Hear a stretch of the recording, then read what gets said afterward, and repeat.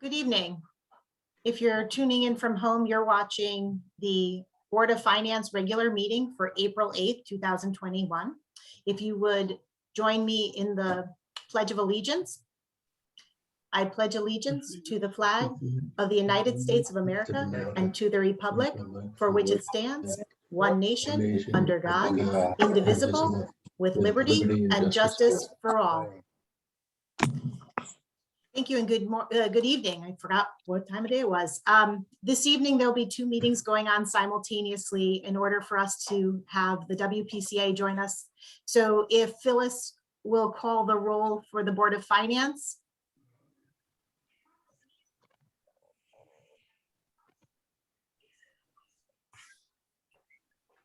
Maybe. Okay, I will call the roll for Phyllis. Marty Isaac. Here, Lainey. Here. Oh, there you are, Phyllis. I'm sorry. It's okay. Lainey McHugh. I'm here.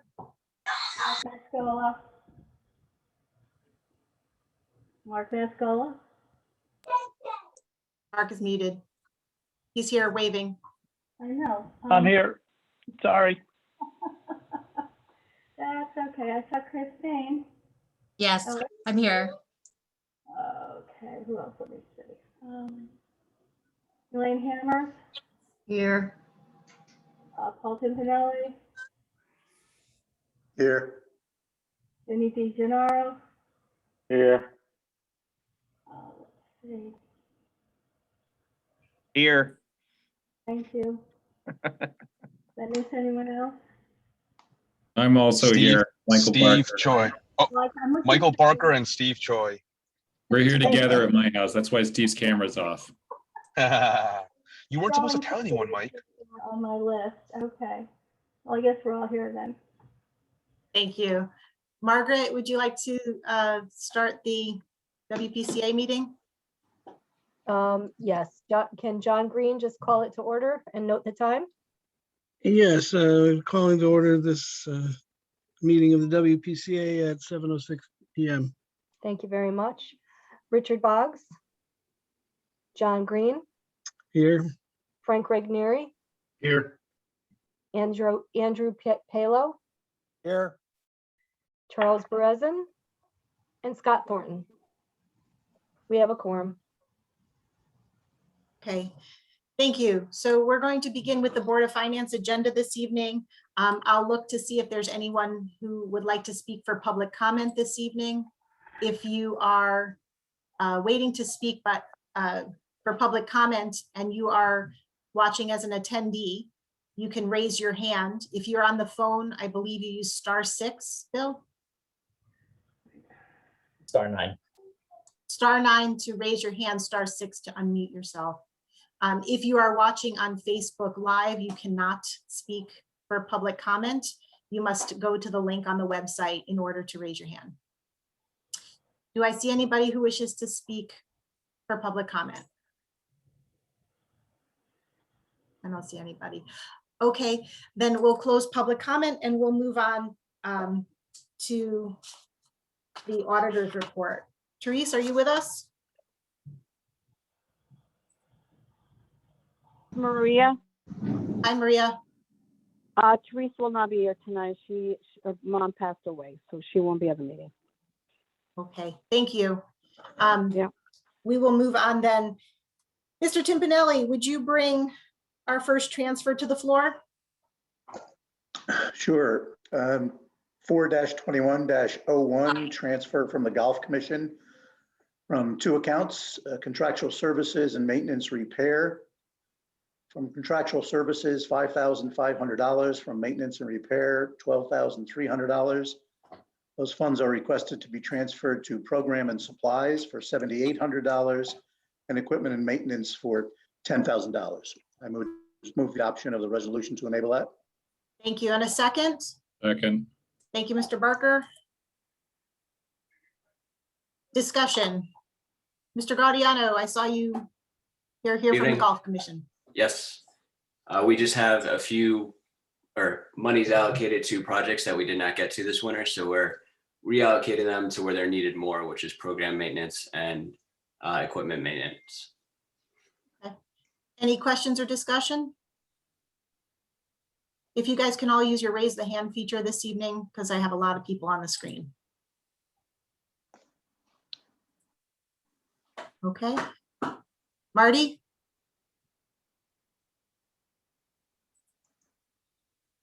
Sorry, I thought we were voting. No, no. Not, I'm sorry. If there's no other discussion, I'll call for a vote. I'm going to do it by roll call though, if possible, and I'll do it for Phyllis so we don't have to unmute 12 times, just to make sure that we don't miss anybody. Marty Isaac, Yes. Michael Barker, Yes. Paul Timpanelli, Yes. Stephen Choi, Yes. Elaine Hammers, Yes. and I'm a yes. So the motion passes 6-0. Thank you, everyone. Thank you. Okay. Mr. Timpanelli,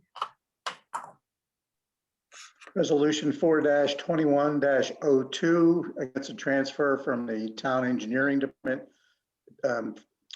from account maintenance and repair contract for $2,018 to account for transportation vehicle repair for $2,018. I move its adoption.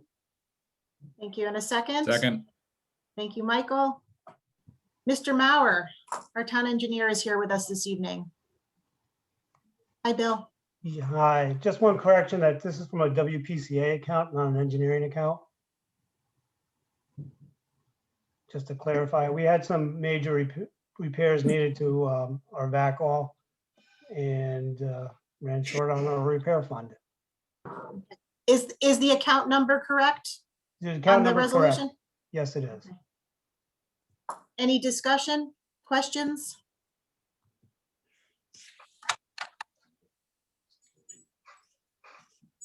Okay, if there's no comments or questions, we'll call for a vote. Marty Isaac, Yes. Michael Barker, Yes. Paul Timpanelli, Yes. Steve Choi, Yes. Elaine Hammers, Yes. and I'm a yes as well. 6-0. All set. And another transfer, Mr. Timpanelli. Resolution 4-2103 from the Health Department. Transfer $41,000 from salaries part-time permanent to salaries overtime, uniform allowance, material and office supplies, program expense, and capital outlet amount equaling $41,000. Its adoption. Thank you. In a second. Thanks, Michael. Discussion. Lucy Bango, our Director of the Health Department, is here with us this evening. Hi, everyone. Thank Lucy. you. How are you? So we have a lot of costs related to our vaccine clinics that we are going to be using this money for, that a lot of our grant funding doesn't cover, or our grant funding was used to pay for our part-time salaries, and those funds are being depleted. So that's why we need this transfer. Okay. Any discussion or questions?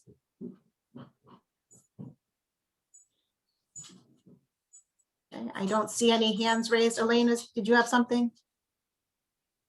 You have to unmute, Elena. There you Figure go. out how to unmute and raise my hand at the same time. Way too complicated. I just have one question about the uniform allowance. What we needed extra that for, was that for the volunteers? So when we have our clinics, we don't have anything to really identify who we are, other than, jackets, shirts, that type of thing. Fire department, police department are all present, and they have uniforms. So we really need something to identify ourselves, more so than just a badge at the clinics. And because we have more staff now and more clinics, one shirt doesn't really cut it. So, that's what it's really for. Okay, thank you. Mrs. Tesoro. Thank you, Madam Chairman. This is Vicki Tesoro, First Selectman. I just want to take this opportunity, if I could. This is Public Health Week, and I would really like to take every opportunity that I have to thank Lucy and her staff for all that they have been doing in our community to help our community, certainly now with the vaccine, but throughout this COVID period that we've been living in for the last year. So kudos to our health department. They've been doing a remarkable job with the vaccinations. Lucy, how many are we at for Trumbull that we've given out through your clinics? About, what's the number? We are now over 8,000. Wow. Yeah, so that's pretty remarkable. Yesterday, I think you gave close to 800 vaccines yesterday at the clinic at Trumbull High School. And if you if you've been there, you know how seamlessly these clinics are run, how professionally they're being done. And we appreciate all that you and your staff have been doing. And that also includes our nurses that have been working at these clinics, our volunteers. We have over 150 volunteers that have helped. And I could let Lucy speak to this. She'll probably do a better job than I am. But there's so many people to thank. I don't want to leave anybody out. Megan Murphy, our emergency management director, has been involved, critical involvement in all of this as well. So Lucy, anything else you want to add to that? Well, first of all, thank you. And yeah, I mean, being that it's Public Health Week, I wish we had more time to really celebrate, and I wish the staff, we could do something a little bit more to celebrate, but we're in the world we're in. But yes, if it wasn't for the volunteers, we certainly couldn't hold these clinics. So part of this money will be used to give them some kind of recognition, some sort of gift, because we've had over 30 clinics and they just come and they don't get anything for it. So what we've learned though through all of this is there is a lot that goes into a clinic, and I don't really see them ending anytime soon. So this funding, is crucial because we don't know what is going to happen with the state and the federal funding, if it's going to just end. But we know that this is something we're going to offer throughout, months to come, and it'll be a service that we offer our town, just like the flu vaccine. So thank you, everyone. Thank you. Any discussion or questions about the transfer, the $41,600 from 01040000501102 to the accounts as listed? Hearing none. Marty Isaac, Yes. Michael Barker, Yes. Paul Timpanelli, Yes. Steve Choi, Yes. Elaine Hammers. Yes. And I'm yes also. Transfer is accepted 6-0. Thank you, everyone. I believe that's it for our transfers this evening, which will move on in our agenda to discussion items. Maria, are you connected? Did we lose Maria?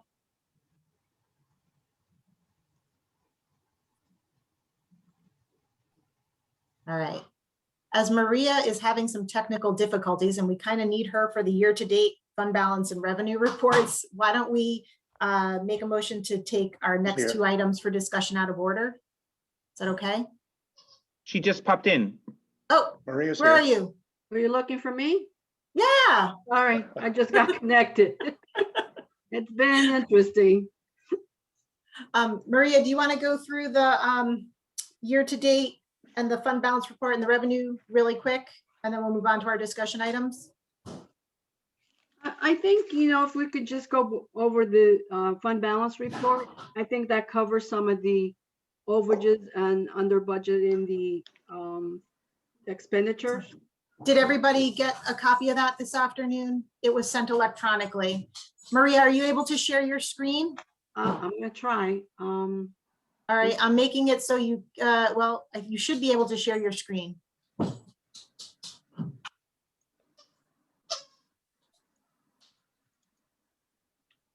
Can you guys see it? Yay, there we go. So the beginning fund balance was 24 million. We are using 2,825,000 in fund balance. $5,000 was a supplemental appropriation. We're anticipating that the revenue shortfall will be $2 million. We project that the expenditures under budget will be $1,378,000 for ending unaudited fund balance at June 30th, 2021 of $20,700,000. And I can go to page 2 and I can show you where the deficits are in the revenue. As you can see, the larger one being the town permits, and obviously a lot has to do with the fact that some programs didn't take place, so we lost revenue there. And any questions here before I go to the expenses? Hold on, I did have a question. Elena, you are on mute. Sorry, the puppy's got a squeaky toy. Paul Timpanelli had his hand raised, and then Marty. Yes, Maria, at some point, can you give us a separate, more detailed report on that $1.9 million in town revenues, and maybe make some comments as to what do you think has occurred here? Yes, I actually started doing it. Unfortunately, I was not able to finish it before the meeting. So yes, that's the plan. I will get that to you guys next week. Oh, I'm off next week. Following week, sorry. Following week, which brings us to, yeah, what, the 20th or the 18th, something like that? Yeah. I'll try to work on it tomorrow. I'll see what I can do to get it to you. That would be great if you could. Thank Okay. you. So then the expenses, I went through line by line and determined that certain line items were going to be under budget or over budget. Employee benefits, there's about 90,000 that will be left over, and a lot had to do with the fact that we had vacancies, so we didn't fill those positions. So obviously we don't have to pay the FICA benefit.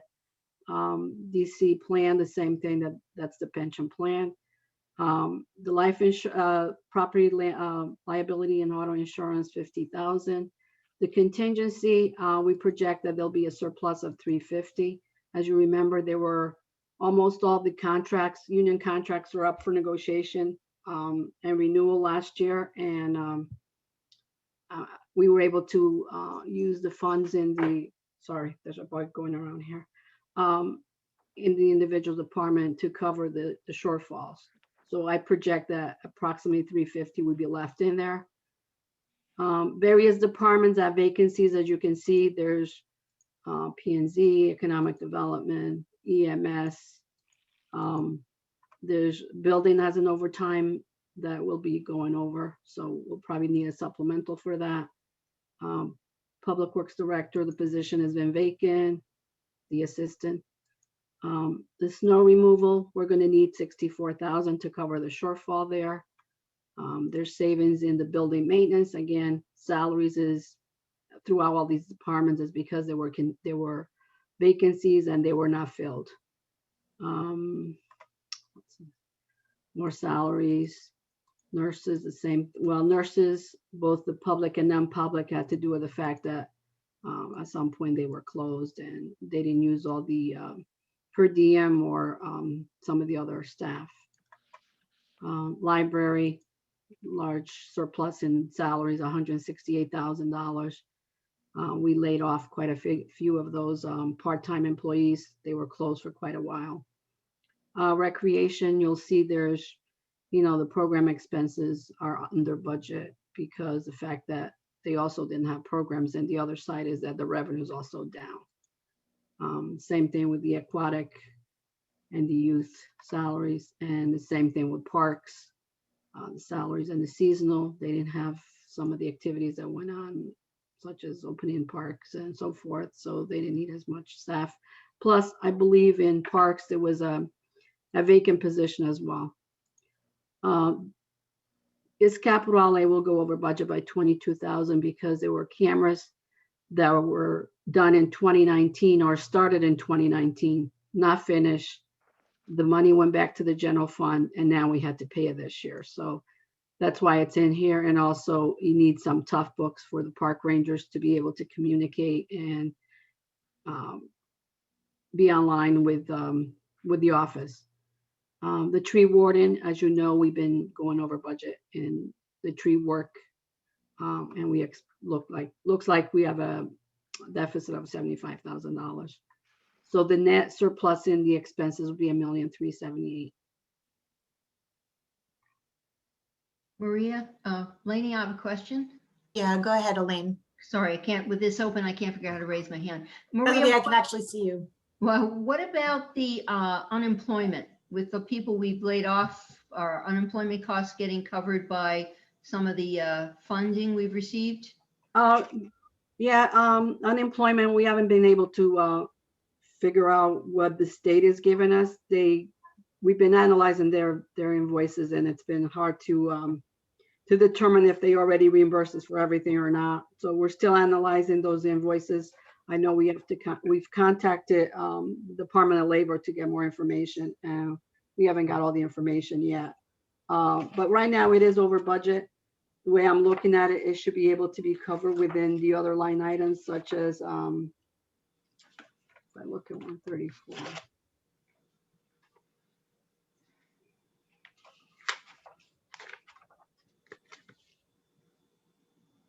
The medical insurance is under budget by about 800,000. I believe there might be just one payment left.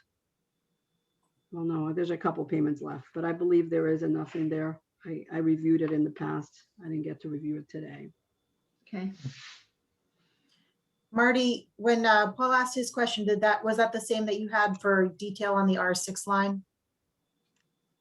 Yes, correct. I just want to make sure I understand what the shortfalls in revenue are. Thanks. Okay. Yeah, like I said, I worked on it, and obviously I have an amount, but, and it was in your budgets, by the way. It's in the original budget. The details should be in there as well. Okay. Well, you have this is Marty Isaac. You do have, it's through February, right? So we can see the loss through February. I just want to understand how you're bringing that forward to end of year projection. So. Well, I just looked at a couple of months and compared to last year at the same time and determined what we're, depending if everything goes back to normal, what would it be? So I presume EMS is like a big chunk of the number, right? So yeah. Do you recall how big a number that was? Was that 500 or did you bring it up or down or where was that? Or I can, you know what, we don't need to do this. You're gonna take a look at it on Monday or over the next day or so. That would be very helpful. Just want to make sure we're on the same page there. Thank you. Yeah. Any other questions for Maria?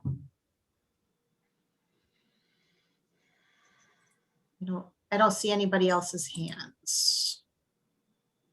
Okay. Maria? Do you have anything else? No, I don't have anything else. If anybody has any questions for me. Nope, I don't see anybody else's hands up at the moment. If not, you can unshare your screen. I'm sorry. And then I'll be able to see everybody. Okay. All right, if there's no other questions, we'll move on to our WPCA discussion on alternative flows.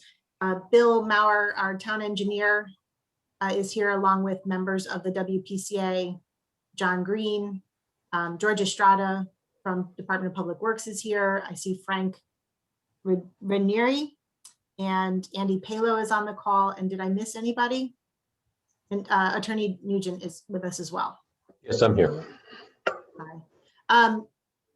George and Bill, do you guys have something prepared that you want to start with? Yes, Madam Chair, if I may, I'll do a brief introduction and then introduce Bill to begin the presentation to the two bodies. Okay. And I'd like to start with just a little bit of an overview.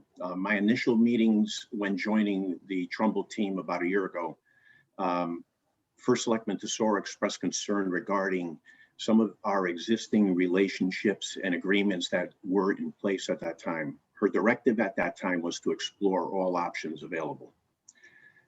So to that end, I can tell you that we are always monitoring both internally through the WPCA Commission and external factors, primarily the Bridgeport WPCA, to be sure that the best interests of Trumbull ratepayers are being served. Trumbull has been actively exploring multiple options. You will see in the presentation this evening, such as diversification of flow and independence. There have been no surprises resulting from the recent information in the press. We have been aware that there are consent orders which Bridgeport must respond to, and ultimately those infrastructure expenses we fully anticipated would be shared by Trumbull ratepayers ultimately. The only unknown has been the magnitude of those construction costs, because Trumbull has not received a copy of the facilities plan submitted by Bridgeport to DEEP. Until that plan is designed completely by Bridgeport, we will not have an accurate estimate of the total costs of what are to be expected. This evening, you will hear from our WPCA administrator and town engineer, William Maurer, and Christine Kurtz, our expert from Wright Pierce that advises us. The presentation you will see is an extensive work product supported by data, including short and long-term action items, as well as possibilities for future considerations by this body. This presentation tonight is not a reaction to any information in the media, but an overview of extensive work ongoing for more than a year. Dialogue continues with DEEP. We are working to confirm their support in order to qualify for potential grant funding, which will be ultimately very important to offset whatever costs are associated with our decisions. We do not come to you this evening for any action items. This is a strictly an informational session, and we will be available at any time in the future should this body request updates or further information. At this time, I would like to suggest, Madam Chair, that the Board of Finance enter into executive session under Connecticut General Statute Section 1-210B-7 to be presented information regarding engineering or feasibility estimates relative to the prospective public supply and construction costs. Thank you, George. I'm looking for Bill Chin. Bill, we're going to go to an executive session, and we're going to include the Board of Finance and our alternates. George Estrada, the Director of Public Works, my dog, Eddie, Bill Maurer, our town engineer, Dan Shopik, our town attorney, James Nugent, the attorney for the WPCA, and members of the WPCA, John Green, Frank Ranieri, Andy Palo, and our consultant, Christine Kurtz, right? Yes. Did I miss anybody? Oh, our first selectman, Vicky Tesoro. And I think that should do it. Lainey, So- can we get a confirmation from Attorney Shopik that the subject matter to be discussed in executive session is an appropriate subject for executive session? This is Dan Shopik. I believe that Mr. Estrada cited exactly the statute that pertains. So the answer is yes. Thank you. Thank you. You're welcome. Okay, just to refresh everybody's memory, Bill will be sending you a separate link to our executive session. You will exit this meeting and then you'll rejoin this meeting afterwards. To the general public will be in executive session, and when our presentation is done, we'll be back for discussion. You should all have an email with the executive session link.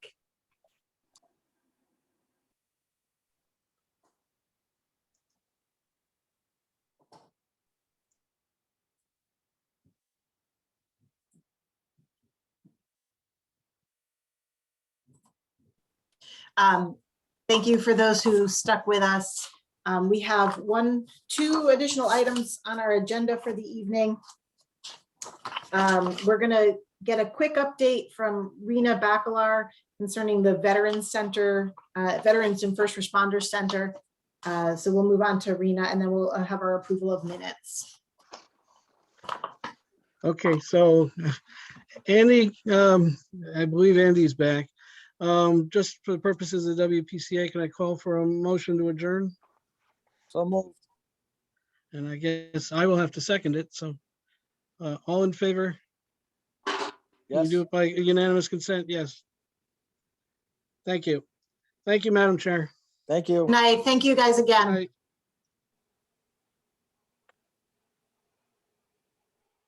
All right. Hi, Rena. Thank you so much for waiting for us. No problem. Thank you. Rena Bacalar, Director of Economic and Community Development. Thank you for the opportunity to come and update the commission, or the board, I should say. Ray Baldwin did have to jump off. He had another obligation. So I'm prepared to update you on our efforts for funding of the Veterans and First Responder Center project. I think the last time I was before the finance board, we discussed some state funding that we were applying for. The state, the Small Town Economic Assistance Program, STEEP. The state decided this year to cap those grants at a much lower amount than they used to allow, but we did apply and we were awarded funding.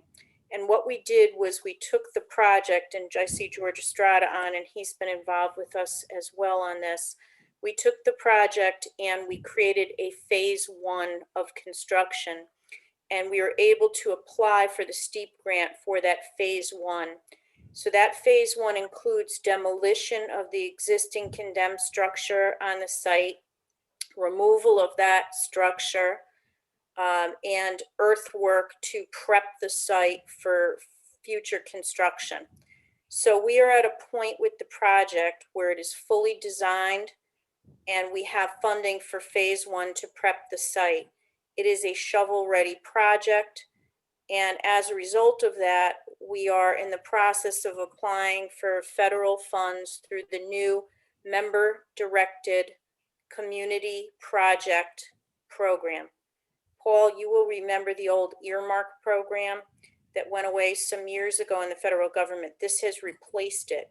It's a little bit more formal a process, but it is extremely competitive, and candidly, it's extremely political. So First Selectman Tesoro, I think she's here somewhere. We've been meeting with our federal delegation because we knew that she is. We knew that this program was potentially returning. So prior to the holidays, actually, we had met with representatives from the delegation to tell them that we, if this did return, in fact, that this project would be a great candidate. We met with them again, I want to say 2 weeks ago or so, and expressed our intention to submit an application through Congressman Himes' office, and we will subsequently also submit to Senator Blumenthal and Murphy's office. We did come to a meeting of the minds about what category we needed to apply in and so forth, and I'm happy to tell you that we applied today. I submitted the application to Congressman Himes' office for initial consideration in the amount of $2,970,000, which constitutes the full construction budget of the project. That does not mean we're going to receive funding. It doesn't mean we're going to receive all the funding, but we certainly have been working it very, very, very hard. We also had, at the suggestion of the Himes folks, a meeting with Senator Blumenthal that Vicki arranged, Blumenthal's office and Murphy's office, I want to say last week. So I'll be filing that same application through their process. And basically what happens next is they review the various projects in the district. Some of the criteria for those projects is broad community support. We had 18 letters of support go in with the application that were regional and local, that were business in nature, that were veteran in nature, first responder in nature. We had to highlight the business use as well because the category we're eligible under originates from the Appropriations Committee that funds SBA. So you have to make ties, and they were certainly already intended, but we had to highlight those kinds of things. So we had broad support. Chief Lombardo helped to get support from first responder police agencies all over the region. Other members of the committee got letters, so we're in good shape in that regard. We also had to show that we were a shovel-ready project, and this is what we had talked about, and this is what this board invested in when they approved the $200,000 for design, that we would have not been competitive at all if the project wasn't shovel-ready. I'm able to tell them that this is a 100% shovel-ready project, that it is fully designed, the design is paid for, and by the time this funding would come in the fall, by the way, if we were to go into the process and if we were to be awarded, the money would be available as soon as the new federal fiscal year starts up in the fall. So it's a quick turnaround. Again, it's very competitive. This is a new program that's come back, so it'll be many years. I think that they'll have this at least for the next 3 or 4. They intend to have, keep this around so that they can invest in local and regional projects. So that is what we are doing in terms of formal applications. When we discussed the funding plan back, I don't remember when it was, about a year, probably, I don't know, I think it was in the midst of COVID actually that we discussed it. And we had intended to launch an individual donor and a corporate donor and business donor, contributor effort. We have everything ready to go. The building committee, Bruce, I forget his last name, but he worked on with some members a whole donation campaign letter. We're ready to go with it, but with COVID going on and all the money that people are contributing to those efforts, we didn't feel that the timing was appropriate. So we will, as a group, review the timing of that for this upcoming year. My sense is we can probably start those efforts successfully this year. I don't know that the time was correct before now. We're also looking at other grants. We continue to look at other resources, but these are, while competitive, they're viable channels to fund the project. And as I mentioned, we're going to be moving forward with the phase 1 clearing and prepping the site. So the project is very much alive and moving forward. I'll be happy to take any questions. Paul, are you looking for the button? You're on mute. Yep. Thank you, Rena. A couple questions.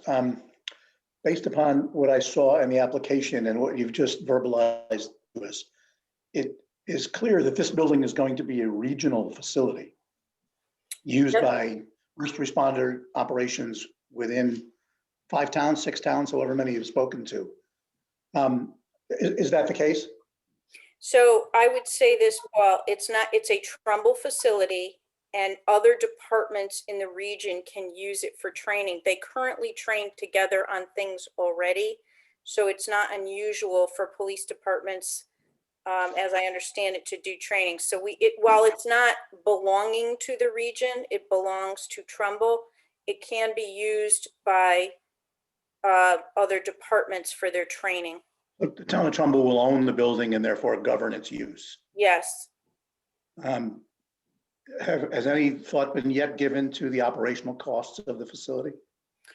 So I have not been involved personally in any thought to plan for operations. That may not, I don't know that I will or will not be involved in that. I'm not sure who will. I'm happy to participate with some ideas regarding it. And I do think there's opportunities for funding for that component, those various service components that will happen out of it. I think it's a little bit premature for us to do any kind of applying. I do know that one of their revenue streams they intend is from the revenues that they rent the building for, because it'll be available for events that people can rent it. So there does need to be a business plan developed in that regard. And I do think that if we are successful this year, and I don't want to even say next year, because I don't give up easily, as you know. So this year with the construction money, then what we would do, it's if the money came in the fall, it's at least probably a 24-month construction timeline. You know, there's time to develop the operational business plans, start looking for grants and other things for those operations. But I think this year we can launch, if we do get the money from this new earmark program, the corporate and individual donor campaign can pay any other sort of computers or bells and whistles that are not in the FF&E budget that's already included in part of the construction. It can pay that, and it can also go to operations, it can go to programs and other things too. So we have to kind of see where we land on the construction funding. And what is the timing on that grant application in terms of approval or disapproval? So what I think we were told from the Himes folks was that they are going to review tomorrow. I filed the grant today. They're due tomorrow at 5 o'clock. So once they get them all in, they're going to look at what they got from the region. And he's able to forward 10 submissions. So he has to sort through what he gets and choose the 10. And then those go for review to the appropriations committees of cognizance that we apply under. So for example, we applied under finance and general governance, and there's some very specific reasons why we did that. You know, that have to do with the guidance and the purview of the appropriations committees, and they agreed we applied in the correct category. So they will go to those committees, and those committees will be taking up clearly appropriations from all over. Now, the Senate side, it's unclear how they will prioritize their projects. We have been talking with them, as I mentioned. Vicki had a meeting before the holidays, so they already know we are going to try to get them to support our project as well. So I'm going to file with them. I had heard that they are going to consider some of the state priorities on the Senate side, because the state can also pursue this new earmark program, a member-directed program. Right. So, you know, we're covering all the bases. It's certainly anybody else that would like to lend support, there's still an opportunity to do that and to speak to that. But, you know, as I said, we're doing everything we can. And I do think, given the shovel nature ready of this, the regional access to the use, the local need, the veterans, the first responders, the businesses, and so forth, I think it's an excellent project. And I think that one of the criticisms, and you will remember this, Paul, I know from Bridgeport, was that they would give these earmarks out and people would sit on them for years and years, and the projects just wouldn't get done. And because they really weren't shovel ready in nature. So we stressed that this is absolutely 100% shovel ready, that the construction documents that we need to go out to bid, the bid package is already ready. It can go out tomorrow. So, you know, this is the most we can do, and basically just try to muster as much community and political support and keep pressure on them. That's what we have to do. Okay, thank you. Any other questions, Elaine? Yeah, hi. Rena, I know when you're talking about it, I understand how the veterans are going to use it. I know they'll have their meetings, and in the past, when they had the old building, they would rent it out. But exactly what are the first responders going to be doing in this building? So let me add to the veterans too, before I jump to the first responders, Elaine, because we're gonna beef up what is, the veterans are gonna have access to computers there. We have an Envision computer lab for job searching, job skills, you know, partnerships, workforce training partnerships as well. And then the first responders, and particularly the police, do not have good training facilities. They use a small conference room locally now that's inadequate. You know that the gun range is sort of across the street from where this site is, so that when they're doing their training, they'll be able to do their training for both their mandatory courses, and I don't know what they all are, candidly, but also the dive team and the water rescue is doing some training here too. And so those other regional folks may join in on some of that. The chief has partnerships and they collaborate on these things. And then the small businesses, the Trumbull Chamber can use it for its meetings and some of its events for businesses. My commission, the Economic and Community Development Commission, did a letter of support talking about us hosting some of our events when we're able to have events again there. You remember that I did back some years ago, maybe 17 or so, 2017, I did a small business financing event in the chamber, the Common Council chambers, and I had too many people. There was nowhere for people to sit. I had over, 100 people showed up. And, so to have a facility that I don't have to pay a full rental fee and all of that can accommodate good programming, we're going to need to give, a robust amount of support going forward to our businesses for all the reasons we all know about. So it's of great use to us too. The chamber, the Rotary did a letter and looks forward to it. Even some small businesses that reside in the community submitted some letters. So it's going to be a multi-use facility. Thank you. Michael Barker. Thanks very much, Madam Chair. Rena, this is great. Thank you so much for this update. I didn't quite know where you guys would be, but it's a lot of progress over a short period of time in a really, really adverse environment. So thank you. I just wanted to get clear on the cost, just so I have it. You said it's $2.97 million is what's been applied to through the formerly earmarked program, right? Yes. And then what was the amount of the STEEP grant that got us to fund phase one? So the STEEP grant was $128,000. The town put 200, you all put 200,000 in for the design. And then the town is providing space, the site. So there's an estimated value on the site that I've detailed to show leverage, the town's investment, skin in the game kind of thing. And that was estimated at 600,000 just based on tax assessment and a little bump up because that's a little bit old.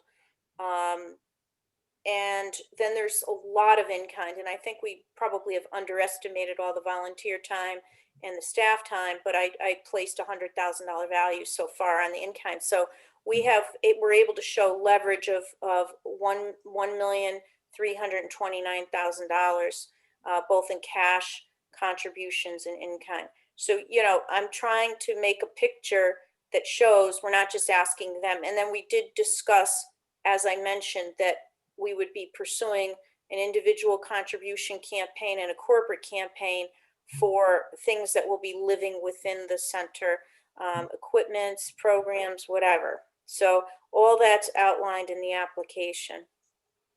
And so that halfway answered my next question. So all of the individual donations, that would be for ongoing costs, for capital upfront costs, all the stuff, the computers, all the stuff in the place. So let me qualify my statement because you're making a good point here. We may or may not get this money this year. I'm hoping we will. I think we have the best project that I've heard about, candidly. I really mean that. I know what they look for. I know what these appropriations committees look for. I worked on Bridgeport's earmarks. I've worked out of a congressional office on earmarks. So, I have a lot of experience with this. So I think we have a great chance. But again, it's the first year. So there's a lot of pent up desire for this money, and especially with everything that's going on. So if we don't get it this year, we may broaden our corporate campaign to say we are going to look for some construction money while we may reapply for this next year. You know what I'm saying? I don't want to, but if we get the construction money, then we don't need that money for that. We can now start to apply that for, as I said, equipments, program supplies, operations, dedications, whatever else has to be done. I mean, I don't have a deep knowledge of all the operational details yet. That all makes a ton of sense, and flexible thinking is important, but it's a well laid out plan, and I really appreciate it. You're just always so great, Rena. Thank you. Thank you so much.